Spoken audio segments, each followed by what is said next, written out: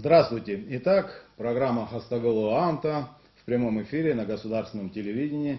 И сегодня мы представляем главную тему, одну из тех, которая будет обсуждаться и в наших программах, и, конечно же, в других программах.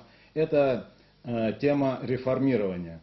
Ну, конечно же, будет идти разговор и о политическом реформировании, и об экономическом, но сейчас, во времени, в котором мы стоим, конечно же, мы будем говорить с нашими гостями о том, что представляет собой реформирование в экономическом смысле.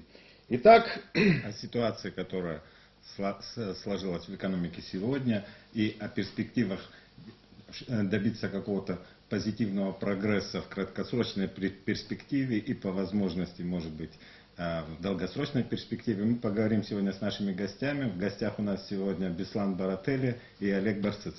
Приветствую вас, проходите, пожалуйста.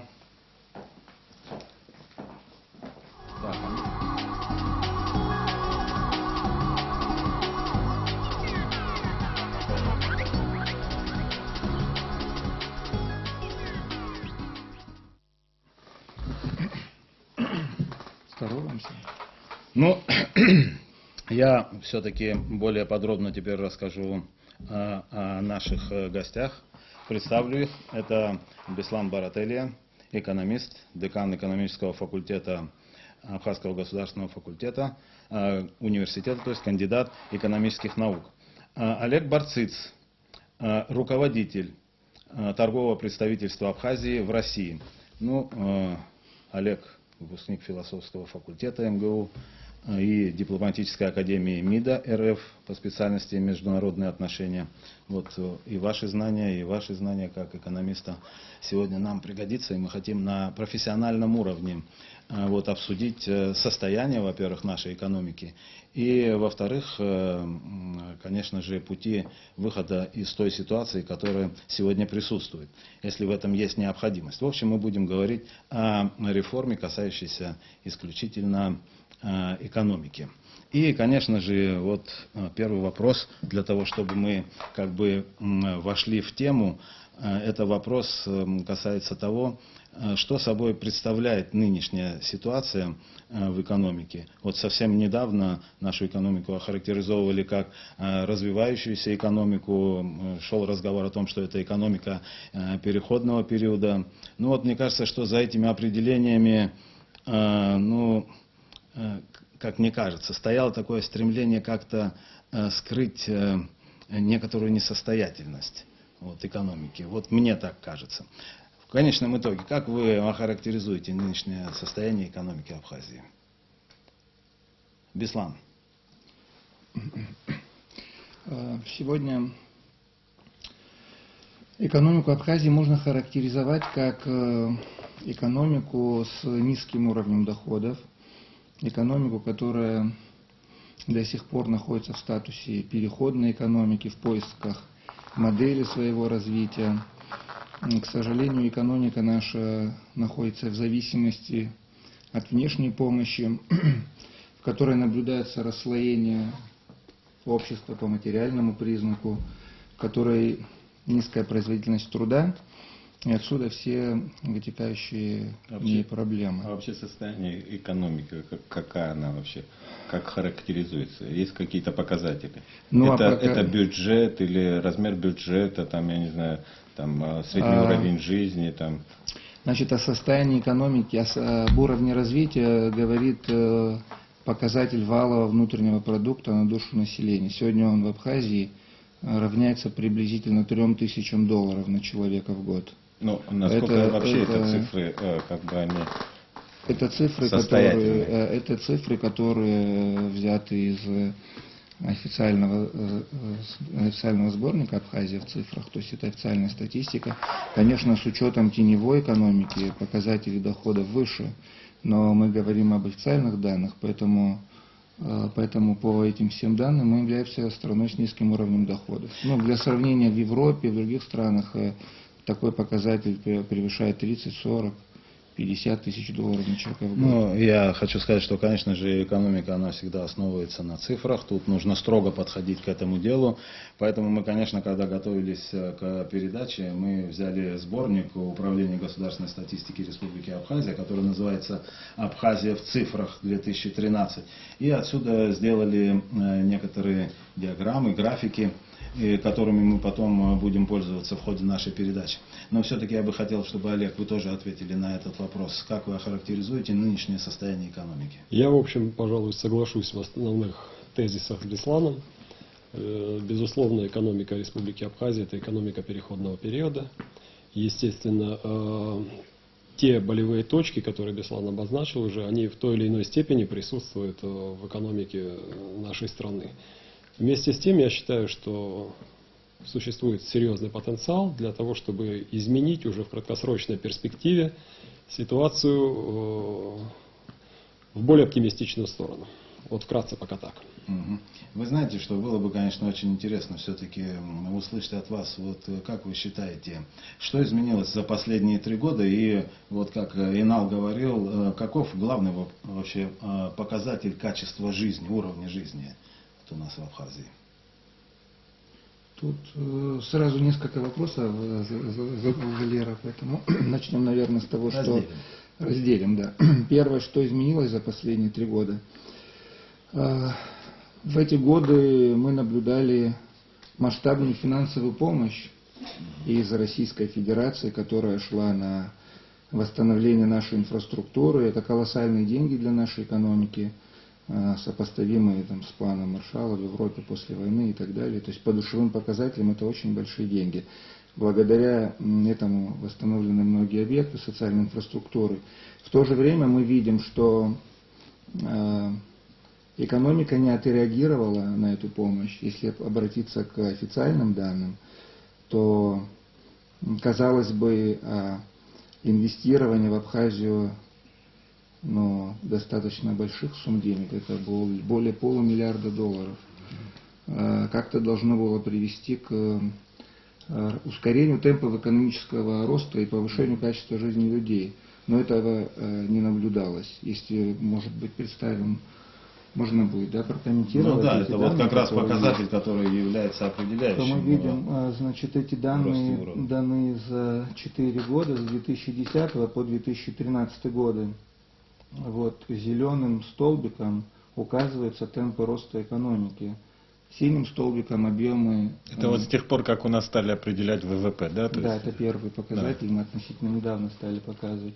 То мы видим, что в 2010 году экономика выросла на 11%, в 2011 упала на 6%, в 2012 году выросла на 5%, в прошлом году, в 2013 сократилась на 9%, на 10% почти. В этом году, думаю, также будет сокращение в связи с проведением Олимпийских игр, закрытием границы на 3 месяца, с событиями, связанными с сменой власти и так далее. То есть как бы у нас... А в чем вызваны вообще вот такие в то же скачки? Время, хотел сказать, в то же время мы видим, значит, достаточно большие объемы российской помощи. Это 2 миллиарда, 6 миллиардов, 7 миллиардов в год, 4.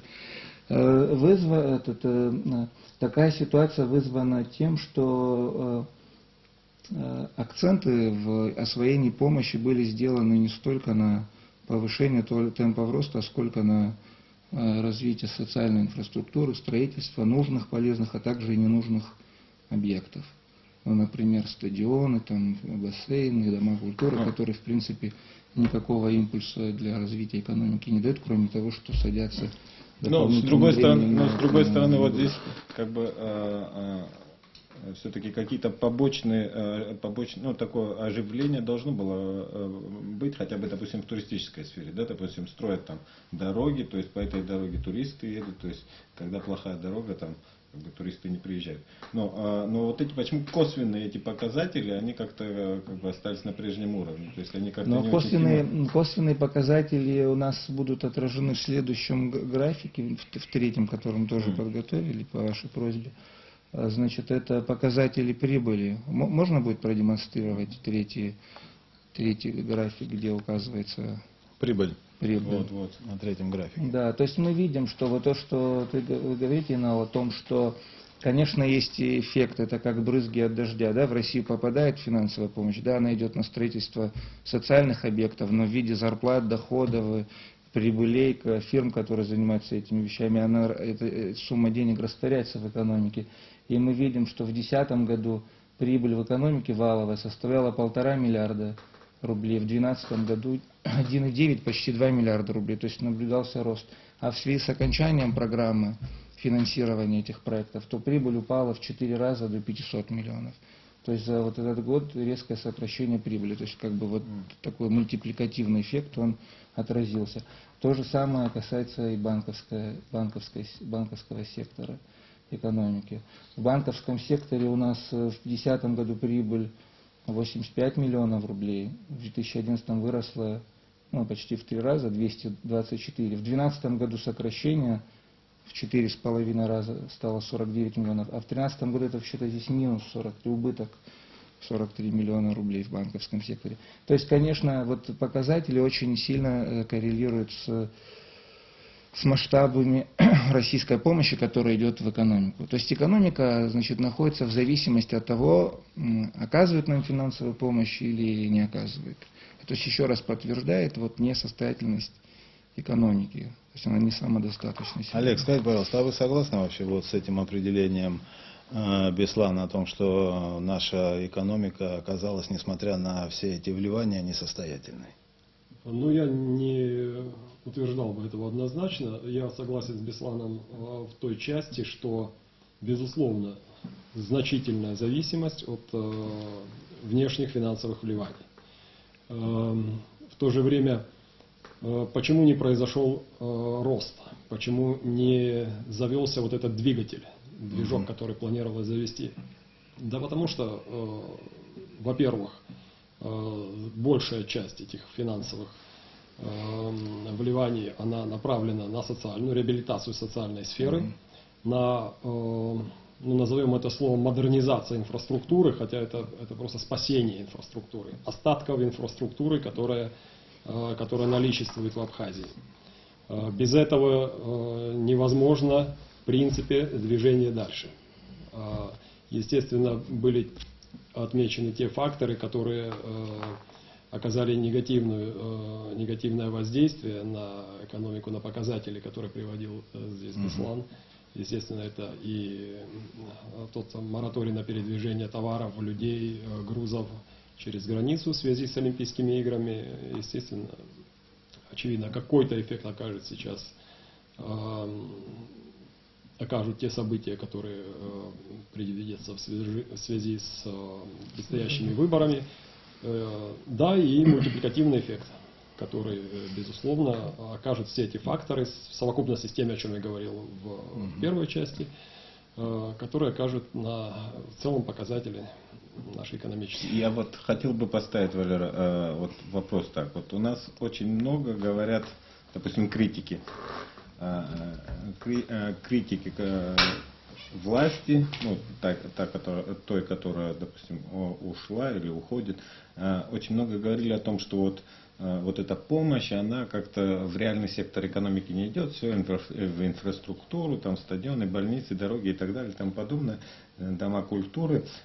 Но, допустим, если бы, я вот иногда думал, вот если бы это вот в реальный сектор экономики, то есть у нас не все деньги, кстати говоря, вот шли в инфраструктуру, там были и деньги, которые были направлены в реальный сектор экономики, но реальный сектор тоже там провалился.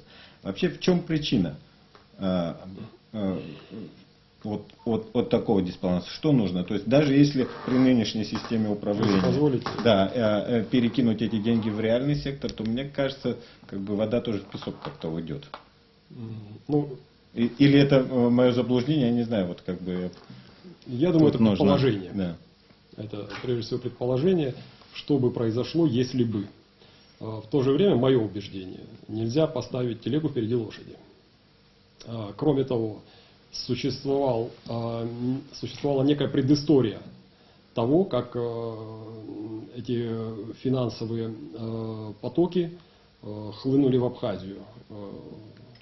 Либо там потекли скромным ручейком, кто как это оценивает. Дело в том, что непременным условием реализации комплексного плана, а затем инвестиционного плана, были хронологически просчитаны и обговорены определенные действия.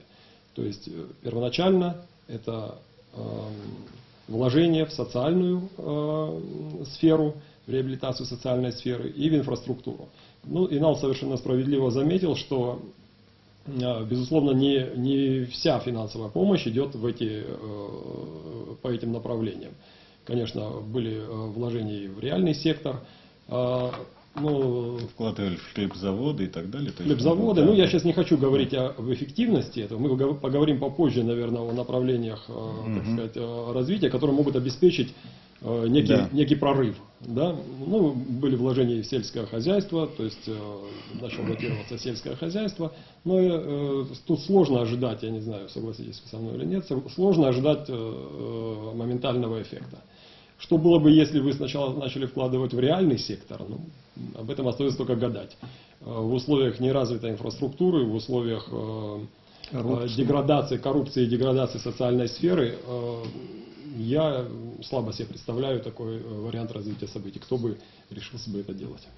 Вы знаете, что очень тоже, вы, если хотите Я хотел бы сказать, я согласен, что какие-то условия, связанные с финансированием социальной сферы, были обговорены, но в то же время есть такие вопросы приоритизации. Понятно, что те деньги, которые пришли в Абхазию поднять всю социальную инфраструктуру не способны в силу ограниченности. Но во всяком случае должны быть приоритеты. Вот я могу привести пример. На сегодняшний день в ужасном состоянии находится половина университета, корпусов Абхазского госуниверситета. Просто условия, в которых невозможно вообще по санитарным требованиям эти корпуса надо закрывать. А в то же самое время появились деньги на то, чтобы построить буквально в 2 километрах трехдворецкий дом культуры в Гулибском районе. Да, может, дворец культуры этот нужен, но в первую очередь нужно было сделать университет. То же самое мы видим, что существует большая нехватка садиков, детских садиков.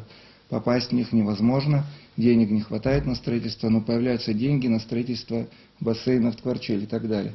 То есть, во всяком случае, наполнить социальные программы проектами, которые необходимы обществу. Как это определить? Что больше необходимо? Там, бассейн, детский я садик? Думаю, это вообще выработать, прийти к тому? Я думаю, что делаются общественные запросы. Нет, я думаю, должны быть делаться социальные замеры, и специальные институты, социологические опросы проводиться. То есть измерять запросы общества на реализацию тех или иных социальных проектов. Безусловно, социальные проекты очень нужны, потому что без этого развалилась бы инфраструктура, конечно же. То, что касается второго проекта, связанного с реализацией программ в сфере реального сектора экономики, с Иналом во многом можно согласиться. Когда деньги идут в реальный сектор, нет видимых результатов. С чем это связано? Ведь на самом деле в рамках комплексного плана финансирования проекта в реальном секторе не предусматривалась, отдача этих денег, рентабельность проектов, сроки окупаемости проектов. То есть, когда строится какой-то объект, не изучается вообще, вернутся ли эти деньги, что получит государство. Самая знаменитая история, это история про железную дорогу, кредит, когда быстро, мы получили, в принципе, эта история так повисла, теперь мы не знаем, кажется, вот в этом году должны уже тело кредита, это со следующего года, тело кредита платить, но в реальности, наверное, мне кажется, здесь самая большая проблема в том, что у нас не выстроена система, при которой бы вот эти деньги нормально инвестировались бы. То есть при отсутствии вот этой системы, когда можно в реальный сектор, ты рубль вкладываешь, и потом эти деньги дают, может быть, не сразу, но через год, через два начнут 50 копеек сверху, потом еще рубль добавится и так далее, как будто приносить прибыль. У нас вот этой системы нет. Абсолютно, мне кажется. Да, и в этом плане, с одной стороны, логично при отсутствии такой системы, но хоть дворец какой-то останется, я не знаю, пионеров, дом культуры какой-то останется, так бы, может быть, деньги разворовали бы. То есть опыт есть, у нас и банковские кредиты были, и что-то было, все это куда-то ушло. Но с другой стороны, то есть понимаешь, что надо прийти к какому-то знаменателю, чтобы у нас все-таки эта экономика заработала. Потому что все как-то, я понимаю, это такой вечный популизм, да, государство должно быть социальным, но без экономики, без реального седа невозможно. То есть мы фактически за эти объекты мы уже платим дважды. То есть мы создали там дома культуры, то есть этих надо содержать там не только штатные, чтобы там как бы текущий ремонт и так далее. То есть ничего нам не приносит. Это опять же как бы дополнительные расходы. Вот как нам выйти из этой ситуации, чтобы, может быть, сейчас вот как бы какие-то деньги, которые придут из России, уже как бы можно было бы действительно в реальный сектор экономики вкладывать, и чтобы они при этом как бы не зависли уже, там мы не увидим ни домов культуры, ничего, просто эти деньги ушли куда-то в карманы чьи-то и растворились. Вот как выстроить эту систему? Я думаю, вот вообще, прежде чем вот вы ответите, да, я хотел бы сказать еще все-таки поговорить и проговорить то, что собой представляет нынешнее состояние экономики. Твой вопрос мы чуть-чуть побольше переадресуем, и это будет уже касаться нашей второй главы, где мы будем говорить о том, как выходить из того состояния, в котором мы сейчас находимся. В конечном итоге вот у меня появилось ощущение того, что необходима какая-то такая достаточно твердая, прочная, вообще фундаментальная программа, которой бы руководствовались. А вот эта программа, она как-то не разрабатывалась, и в ней необходимости некоторые считали, что и нету. Вы понимаете, мы получаем сейчас финансовую помощь, но многие считают, и мне тоже так кажется, что вот эта финансовая помощь, она в некотором смысле развращает вот все вот эти вот институты, которые должны были создавать прочную экономическую систему. Вот скажите мне, пожалуйста, как уменьшить вот эту зависимость от внешних влияний, и насколько она вообще пагубно влияет на развитие экономики? Есть такое вот? Да, если позволите. Во-первых, готов согласиться с тем, что, возможно, финансовые вливания, которые нам, ну так условно назовем, ничего не стоят, да, которые не нужно возвращать, они, наверное, способствуют развитию, вот, очевидно, заложенного в любом обществе потенциально такого инфантилизма. Да? Не хотелось бы, чтобы эта идеология укоренилась в нашем обществе, в нашей стране. Мне вот приходят на ум слова бессменного на протяжении 30 лет премьер-министра Сингапура Ли Куан Юна. Это автор сингапурского экономического чуда, один из моральных авторитетов, непререкаемых в Сингапуре. А мы знаем, что Сингапур — это страна, которая достигла ошеломительных показателей роста и по праву, так сказать, пользуется заслуженным уважением и восхищением при оценке экономической модели своего развития. Так вот, он сказал следующее. В то время, когда он возглавил правительство, и дела обстояли совершенно нерадужно, он говорил так: мне ни разу не приходило в голову мысль, что если мы хотим, мы народ, общество, хотим достичь серьезных результатов, чтобы при этом мы могли надеяться на кого-то извне. Я ориентировал всегда своих чиновников и общество только на расчет на самих себя. Вот вы представляете, какой, так сказать, какой заряд, какой посыл был послан обществу, эстеблишменту, политическому классу, и, соответственно, эффект не заставил себя ждать. Что касается нас, я, немножко возвращаясь к той фразе, которую произнес Инал, хочу сказать, что одним из путей решения вот подобных проблем является усиление роли экспертного общества, экспертного сообщества у нас.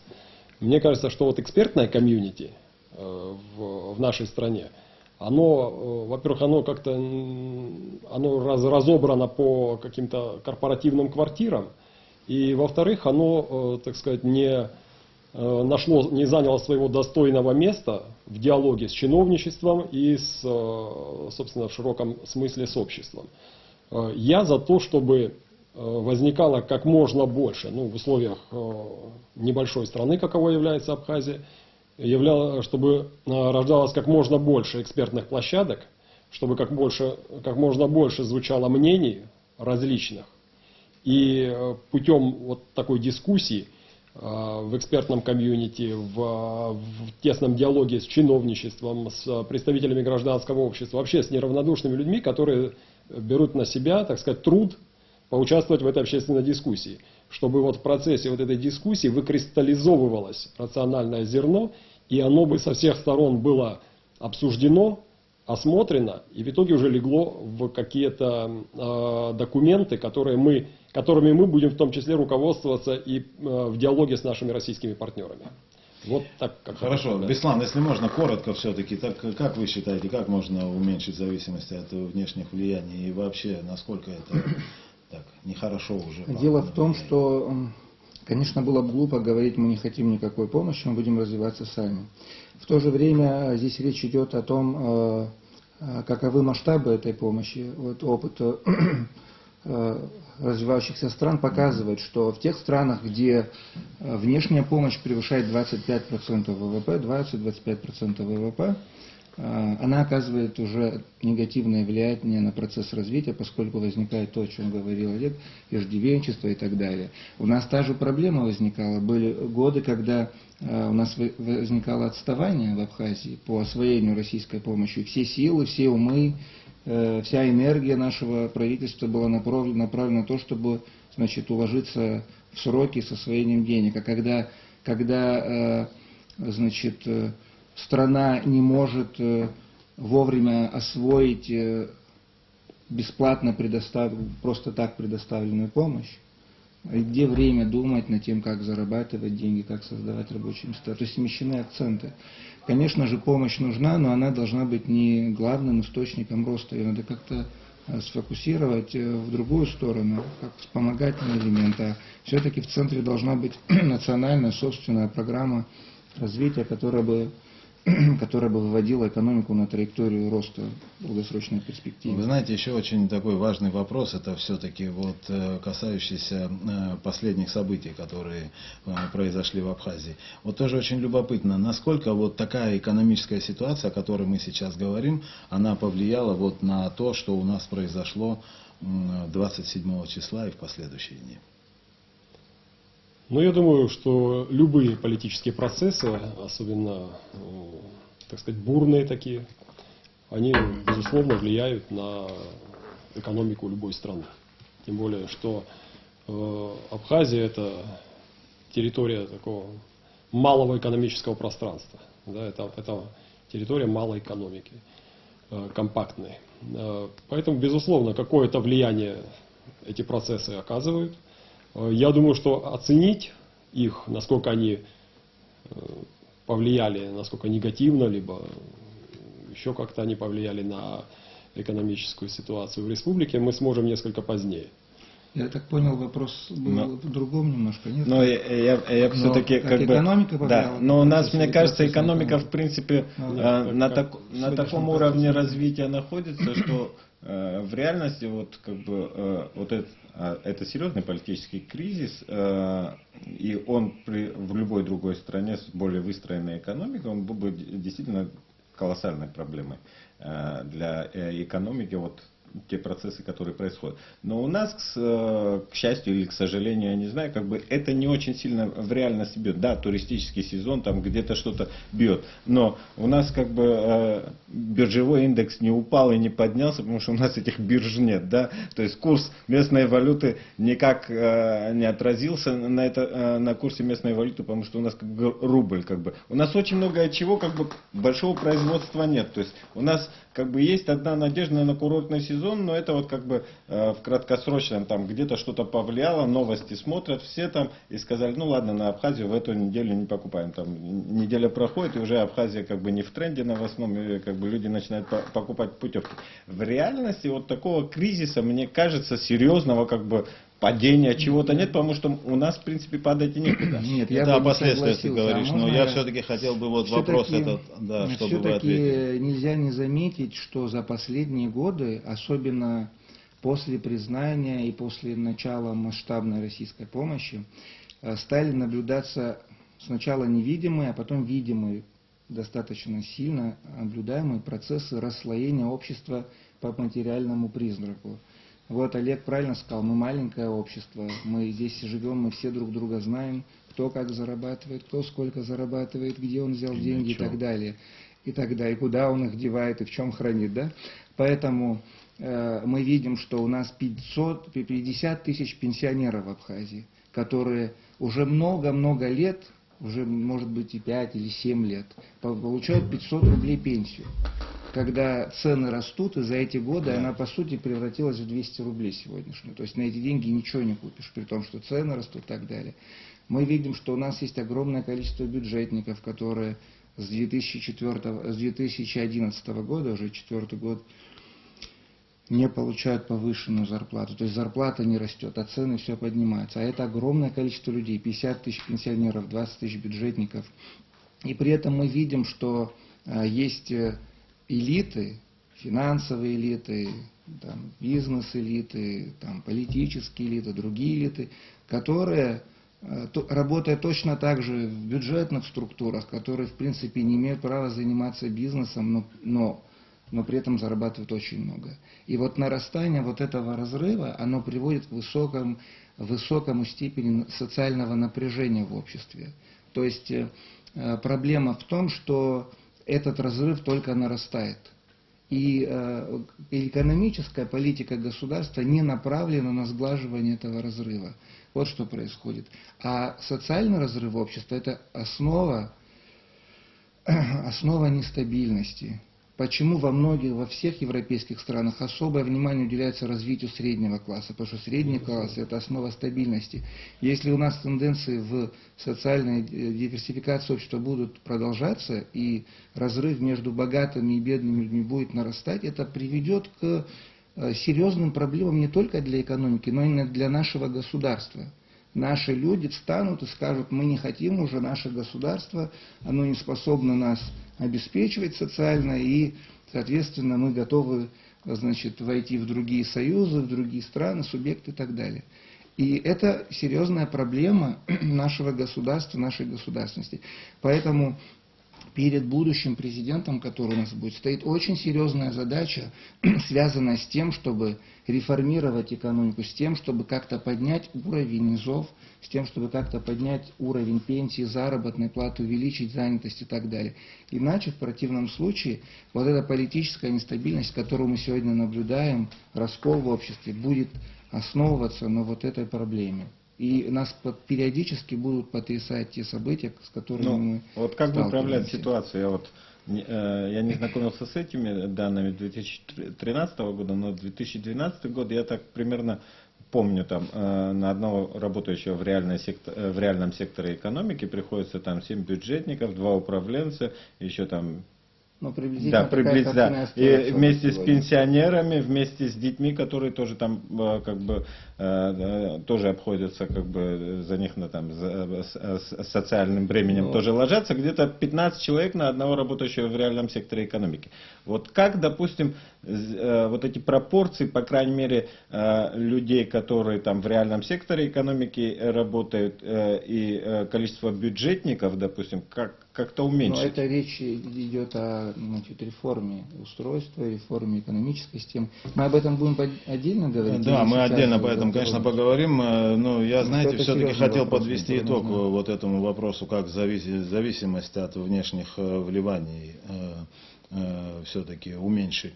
Вы понимаете, вот мы с вами в предварительной беседе тоже говорили о том, что если превышает 25% вот эти влияния, то экономика не развивается. То есть таким образом, да, происходит то, что она становится инфантильной, как вы говорили, или она становится неэффективной в конечном итоге. И мы уже привыкаем к тому, что вот живем за счет определенной помощи. Но это вот то, что касается вот этой помощи. Просто как ее уменьшить, вот мне совсем непонятно. Как сделать так, чтобы это все заработало.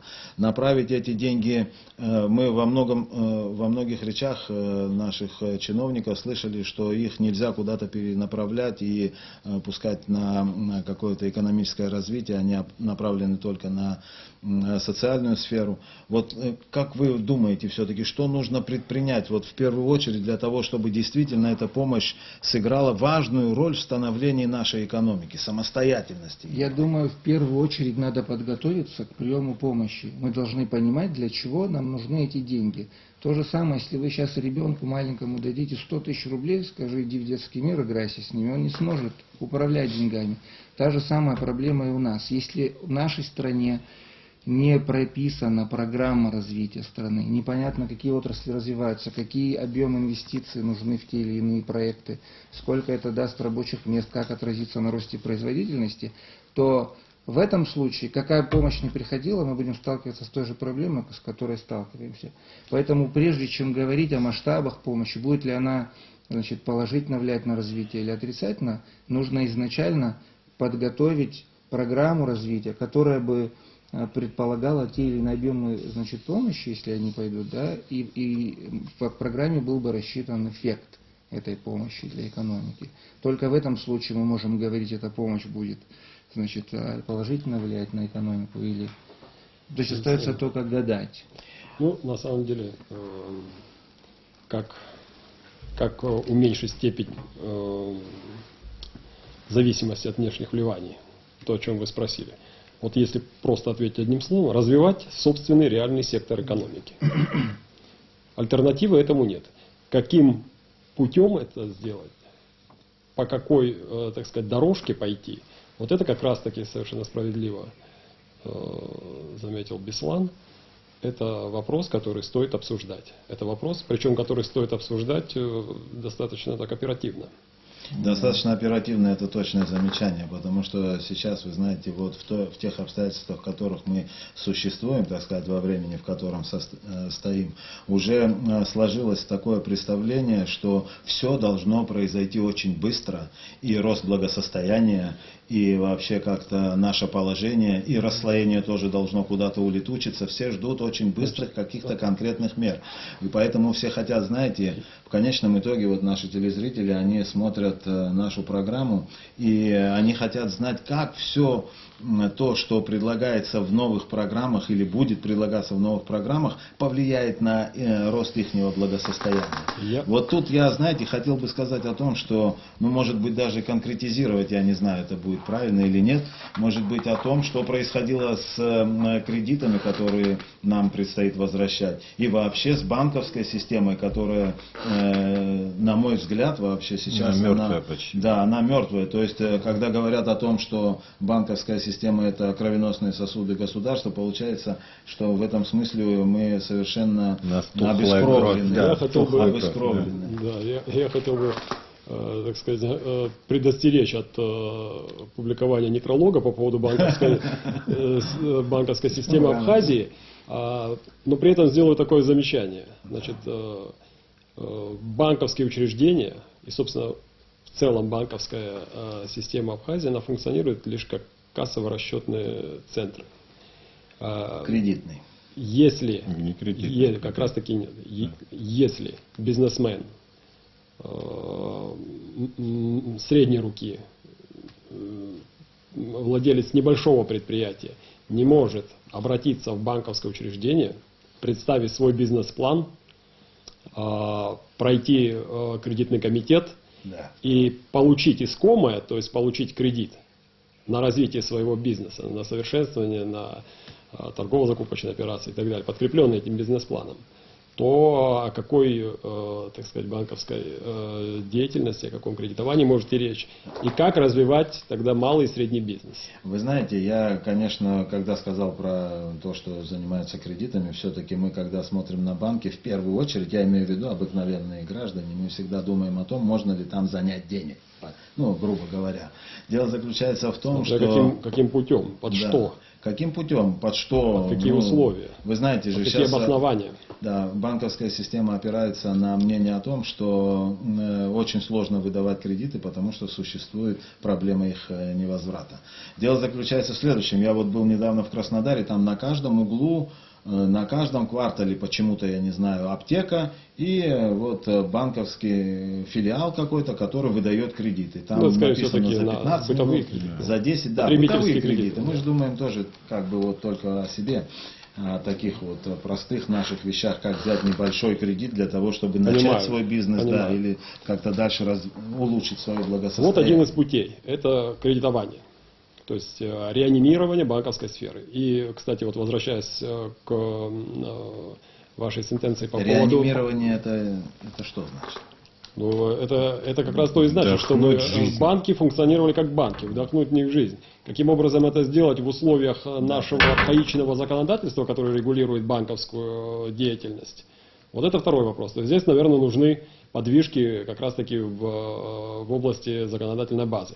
Что касается вашего замечания по поводу того, что бытует мнение о том, что все должно произойти очень быстро, мы обязаны форсировать экономическое развитие с тем, чтобы достичь светлого будущего как можно быстрее, я вот хотел бы предостеречь, кстати, вот от подобных ожиданий, поскольку мы, как люди прагматичные, понимаем, что моментально это не произойдет, быстро не произойдет. Я, кстати, вот замечаю, что в обществе, в экспертном комьюнити, в том виде, в котором оно есть в Абхазии, вот среди тех людей, которые приезжают на различные форумы, общаются, уже заметен очевидный скепсис по поводу бесчисленного количества различных концепций, программ, которые только ленивый не написал, вот в отрезок там, с 2008 года по настоящее время. Большинство из них, грешат излишней теоретизацией и не имеют перспектив практического воплощения. Поэтому качество этих программ, оно, так сказать, требует серьезного осмысления, потому что некоторые, так сказать, предложения, они иногда вызывают оторопь. То есть тут вспоминается, так сказать, персонаж Булгакова, который говорил: советы космического масштаба, и дальше, вы знаете, как эта цитата заканчивается. Знаете, Салтыков-Щедрин по этому поводу тоже сказал: трудно стало работать по научной части. Каждый норовит продемонстрировать, что он тоже умный человек. Но, безусловно, мы вот вас, конечно, пригласили для того, чтобы ваше компетентное мнение услышать. Вы занимаетесь экономикой давно, у вас есть опыт. И мы бы хотели не в кратчайшие сроки прямо такие, но почувствовать результаты от того, что уже этой проблемой занялись. И занялись тем, что она будет исправлена. И, возможно, вот то, что вы говорите о том, что есть масса всякого рода мнений, программы и так далее, это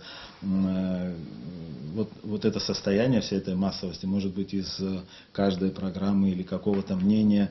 Мы говорили о том, что нужно создавать профессиональные экспертные площадки. Профессиональные экспертные площадки — это то, к чему нужно, конечно, нам стремиться всем. Никакой келейности. Келейность здесь вредна. Она опасна. Она вызывает как напряжение в обществе, как различные фобии, и так и не ведет к никакому эффекту. Поэтому нужны профессиональные, широкое профессиональное обсуждение. Но давайте я совершенно согласен. Давайте мы пойдем дальше. Вот мы говорили о том, что нужна и необходима программа, Беслан, вы говорили, вообще экономического развития.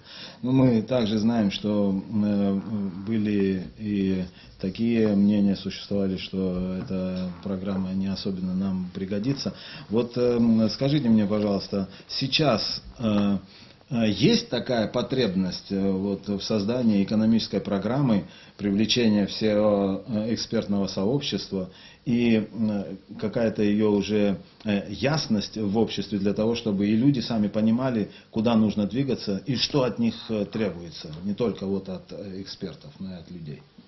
Безусловно, соглашусь с Олегом по поводу количества всяких программ и так далее. Дело в том, что у нас представление у многих людей существует такое, что вот напишут программу и все, и завтра наступит экономическое чудо. Первое дело написать, и это на самом деле очень сложный вопрос, чтобы она не превратилась в галочку, на которую ссылаются как аргумент, что программа есть и так далее.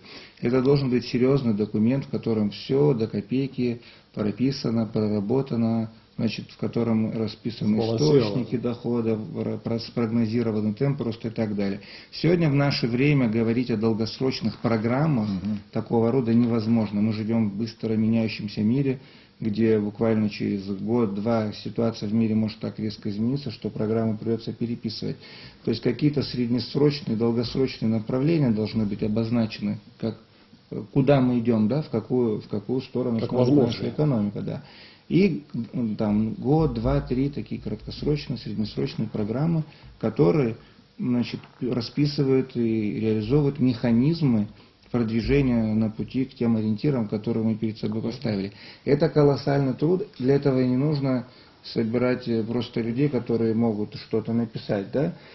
Здесь государство должно плотно работать с экспертным сообществом, как были сказаны, экспертные площадки, с университетом, единственный, значит, университет в Абхазии, в котором сосредоточены специалисты, которые могут быть привлечены в разработку программ. Мы часто ссылаемся на, значит, опыт экспертов, которые приезжают из России. Безусловно, мы им благодарны, они тоже приезжают, делятся своими знаниями и так далее.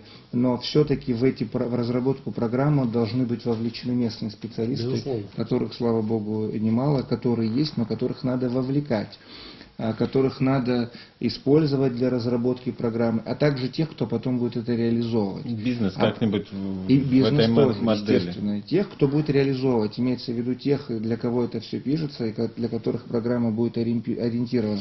Это такая комплексная работа, которая занимает кучу времени, денег, энергии и так далее. И сама разработка этой программы может занимать несколько месяцев.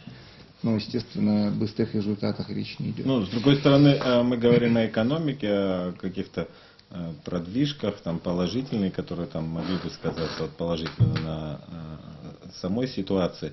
Но это же, в принципе, там можно программу какую угодно написать, просчитать вплоть до цифр, но здесь, мне кажется, все-таки как бы рассматривать ее отдельно, в отрыве от невозможно, там, допустим, от системы управления, от ситуации там, в правоохранительной системе, от многого чего, потому что я вот смотрю, вот у нас было как-то, вот, было ежегодно у нас там по 2 форума, наверное, проводится, там, российско-абхазских, там, да, гуманитарные, экономические и так далее, но вот, мне кажется, вот чисто абхазского ни разу вот за 20 лет экономического форума не проводилось. Было несколько попыток поговорить с бизнесменами, да, о проблемах, и ни один бизнесмен как бы не очень хочет говорить. То есть он как бы вообще где-то в сторонке, он с тобой будет говорить о тех проблемах, которые существуют, но в реальности, когда там где-то там камеры включат или просто вот как бы круглый стол, он никогда ничего плохого не скажет. То есть эта проблема, мне кажется, от того, что слишком как бы бизнес зависит от власти. Скажет ли он хорошее что-то? Да. Вот вопрос. Не, ну он иногда говорит о проблемах, то есть, по крайней мере, сфокусировать проблемы, я думаю, очень важно, когда у человека что болит, да, то есть без диагноза очень сложно как бы сделать. И мне кажется, вот этого, наверное, нет. Наверное, государство должно как-то дать, наверное, этому бизнесу хотя бы быть чуть-чуть увереннее. И здесь, наверное, опять же зависит и от тех мер, которые будут там от коррупции в том числе. Да, от коррупции в том Самое числе, главное, конечно, это элемент, значит, давления на бизнес со стороны органов, которые находятся в распоряжении государства, контролирующих и так далее, фискальных и других, поскольку сегодня бизнес-то не защищен. Если представители бизнеса будут критиковать власти за то, что происходит, значит, я не знаю, коррупция, постоянно приходится платить деньги и так далее, то закончится тем, что этот бизнес вообще закроет. Сильно рискует. Да, бизнес рискует. Поэтому здесь о чем идет речь? Когда я говорил о том, что хорошо написанная программа, это всего лишь бумага. А для того, чтобы программа стала работать, в первую очередь должна быть политическая воля. Политическая воля тех, кто пытается внедрить эту программу. То есть в ней должны быть обозначены цели, как достичь, и в то же время роль бизнеса указана, а также гарантии предпринимателей. Гарантии государство должно предоставить гарантии от самого же себя. Но это, конечно, сложно. Вот в этом вся и сложность проблемы, потому что коррупция возникает там, где сталкивается государство и бизнес.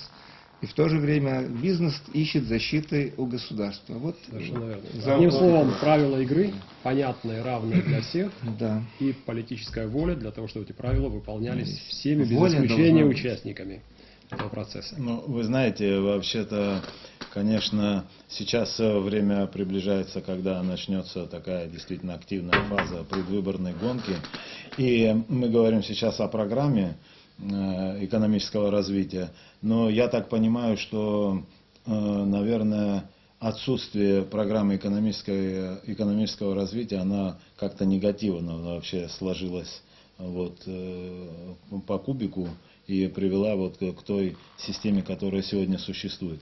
Такая, если я правильно вас понял, такая программа необходима, и нужно ее разработать и внедрить, и она должна присутствовать. Это верно я вас понял? Вот вы мне теперь скажите, вот как вы считаете, например, конечно же, очень сложно, наверное, будет тем, кто будет выдвигаться сейчас на пост президента, представить какую-то программу обширную и просто за 2 месяца сделать так, чтобы она была убедительна, да, и действительно как-то конкретизирована. Но все-таки я бы хотел обратиться к вам. Скажите, пожалуйста, вот какие основные, если можно так сказать, ориентиры экономического содержания должны быть представлены в избирательной программе, по которым бы мы определили бы уже какое-то отношение к ним, и можно было бы уже потом впоследствии как-то, как говорят, спрашивать с них. Попытаюсь сказать о своих ожиданиях. Да, пожалуйста. Вот как гражданин Абхазии, как человек, который будет обязательно за одного из кандидатов голосовать, скажу следующее. Сейчас в обществе заметен, он очевиден, он весьма высок запрос на модернизацию. При этом я часто слышу слово «реформы», и, так сказать, я его слышу слишком часто и в слишком таком общем смысле этого слова. То есть возникает ощущение, что многие ожидающие этих реформ, они понимают их как тотальный слом всего существующего и затем строительство чего-то нового. Ну вот мы помним слова из гимна, из интернационала, да, разрушить до основания, а затем, как правило, опыт показывает, что ничего не происходит. Поэтому я бы с осторожностью относился бы к призывам к всеобъемлющим реформам. Я бы говорил о точечных реформах. Я бы говорил о реформах в отдельных сферах, в отдельных отраслях. Вот это было бы честнее, это было бы профессиональнее, и это, мне кажется, вызывало бы больше доверия со стороны избирателей. Конкретные предложения в конкретных отраслях. Какие изменения, какой рестайлинг, какой апгрейд вы предлагаете, например, в области правоохранительной, какой в банковской, какой в сфере здравоохранения. Что можно улучшить? Не разрушить. Не надо говорить про то, что мы сделаем все заново и по-другому. Вот если кандидат, который покажет, как сделать улучшение без разрушения того, что было раньше, я, очевидно, поверю вот такому кандидату. Ну, то есть вы как бы считаете, что... Без резких движений. Без резких движений. Да. То есть оставить то, как сейчас естественно, существует. не оставить. Естественно, не оставить. Планомерно улучшать его. Менять, так сказать, менять условия, менять стилистику, менять, в конце концов, ротация кадров. Ротация кадров, да. Эффективное очень... средство вообще-то. А то у нас, знаете, такой абхазский вид национального родео. Это удержаться как можно больше в Это кресле. абсолютно контрпродуктивно в современных условиях, тем более в условиях маленькой страны, где все друг друга хорошо знают. Мне кажется, это объясняется вот, так сказать, демократией малого пространства, нашей где-то ментальностью, нашим образом общения друг с другом, но это недопустимо, это контрпродуктивно. Должны вступить в силу, в действие совершенно иные критерии отбора чиновников. Основным критерием должен стать профессионализм. Это главный критерий. Вот, так сказать, некоторые шаги, с чего можно начать и почему я могу доверить тому или иному кандидату. Беслан, вы с чем-то не согласны? Нет, я Судя по согласен. вашему виду. На самом деле я тоже думаю, что за 2 месяца разработать программу и представить ее населению, это невозможно просто. Можно обозначить какие-то направления. Но я вот сидел и думал о другом. Ведь дело в том, что мы здесь все друг друга знаем. И на программу смотрим, и на человека. Посмотрим на кандидата, смотрим и думаем, вот он занимал ту должность, другую, третью. И как бы предполагаем, может ли он быть способным на реформу или нет. Бэкграунд имеет значение. Да, очень большой. Поэтому программу будут читать 1% населения, а 99, наверное, будут мотивированы. Будут смотреть на картинку. Да, будут смотреть на картинку, на команду и думать, вот смогут Они вообще эти приемы, люди, да, и сделать начнут. реформу или нет. К сожалению, у нас такова политическая культура, мы еще не доросли до того уровня, когда избиратель садится вечером, читает все программы и говорит, вот это, наверное, лучше, я буду за него голосовать. К сожалению, не так. Поэтому Но хотелось бы, чтобы так было, но... с другой стороны, сейчас уже как бы некий подтекст, да, может, как бы избиратель сейчас выбирает там фейсом, там по родственникам, исходя из каких-то дружеских отношений иных вообще. Но тем не менее, сейчас уже кандидаты в президенты, те люди, которые как бы реально покушаются на быть в кресле, главном кресле, они так или иначе, у них какая-то все-таки есть ощущение, что надо в реальности что-то делать. Так, имитация там процесса, она сейчас не прокатит. Да, и как бы тебя не выбирали там фейсом, там по родственному и так далее, как бы в конце концов тебя будут как бы спрашивать, опять же, когда холодильник пуст, или когда и там как бы очень много чего там в экономике как бы происходит нехорошего, так или иначе будут спрашивать с первого лица. И мне кажется, здесь важно все-таки, да, при том, что да, сейчас горы мы все не перевернем, но в любом случае, мне кажется очень важным, если ты уже, в принципе, выработал, как бы для себя сказал, да, вот я делаю вот этот один шажок, делаю, да, и вот в этом направлении, в том, в третьем, в четвертом, и мне важно, чтобы ты как бы строго вот эта политическая воля исполнять. Вот даже твои обязательства, да, не надо там обещать там манны, этот, как бы волшебные там замки, там изменить эту страну, сделать всех счастливыми там в течение 5 лет. Да. Мне кажется очень важным все-таки делать какие-то реальные обещания и как бы была воля их придерживаться. Даже вот те законы, которые там пишешь, да, там под себя, там вдруг у тебя там оказалось, что вот и законодательство, и парламент, как бы у тебя влияние есть, там, и там на другие еще какие-то институты государственные есть, и у тебя, в принципе, карт-бланш, да, ты пишешь, как бы создаешь себе условия, но мне кажется очень важным, чтобы ты даже своих правил придерживал, хотя бы своих правил. Потому что так получается, что обычно нас все время так подводит, что ты даже правила пишешь под себя, а потом и сам же эти правила тебя как-то не очень начинают устраивать. И вот здесь как бы я думаю, должно быть все-таки вот как бы понимание той ситуации, в которой мы оказались за последние там вот 20 лет вот этого движения вот куда-то мы все-таки вышли вот к тому моменту, когда у нас все-таки нужно, это, наверное, как бы серьезно переосмыслить все происходящее. Вот как раз мы и подошли к заключительной части нашего разговора. Это все-таки каковы пути, какова дорога наша, вот, которую должен осилить идущий. Каковы пути выхода? Если можно, конечно, об этом сейчас сказать так коротко, потому что это тоже, конечно, огромная часть разговора. В обществе существует запрос на скорейшие перемены, конечно же. Да, и все этого ждут. И вот то, что произошло, это как раз произошло из-за того, что присутствовала некоторая стагнация такая в экономике, если я вот правильно это все ощущаю. Так что вот нужно сделать для того, чтобы преодолеть этот кризис? С чего надо начать? Первоочередные меры. Кроме того, о чем мы уже говорили, мы какое-то видение уже обозначили. Вот и я, и Беслан, в чем-то мы согласились, о чем-то, наверное, мы о своих путях и методах думаем.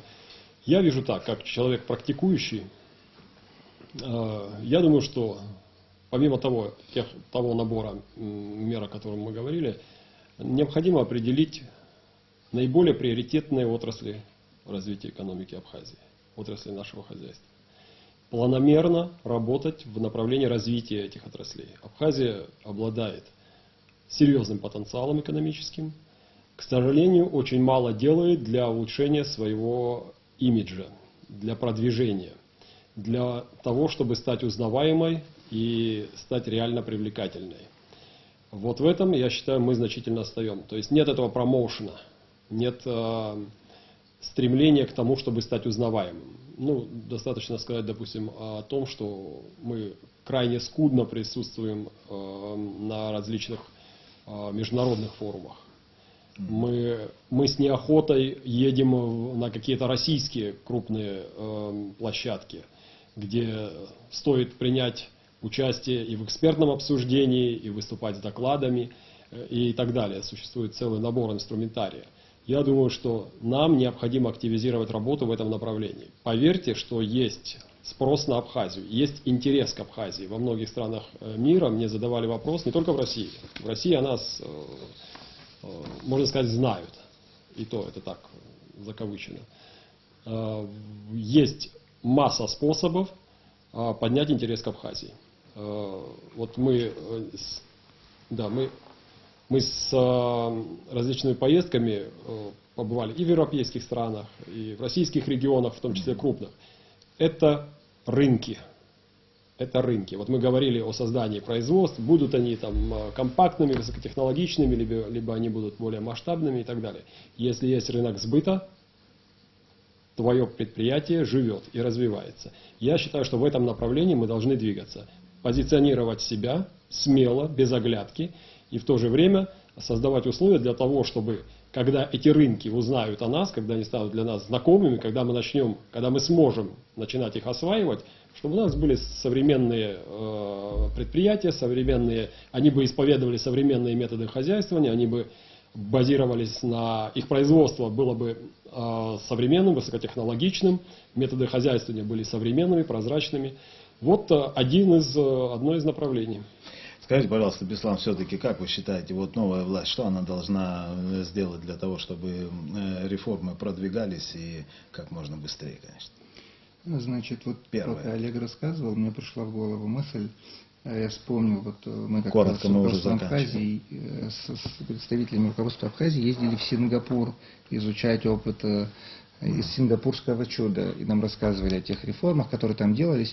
И я запомнил очень интересную мысль одну. Нам говорили, что в несколько десятков правительств приглашали вот эту команду, которая разрабатывала программы развития Сингапура в свои страны, платили колоссальные деньги с тем, чтобы мы для них разрабатывали программы. И они написали огромное количество программ для разных стран развивающегося мира, и почти нигде чуда не произошло, потому что была коррупция. В стране пронизано сверху донизу.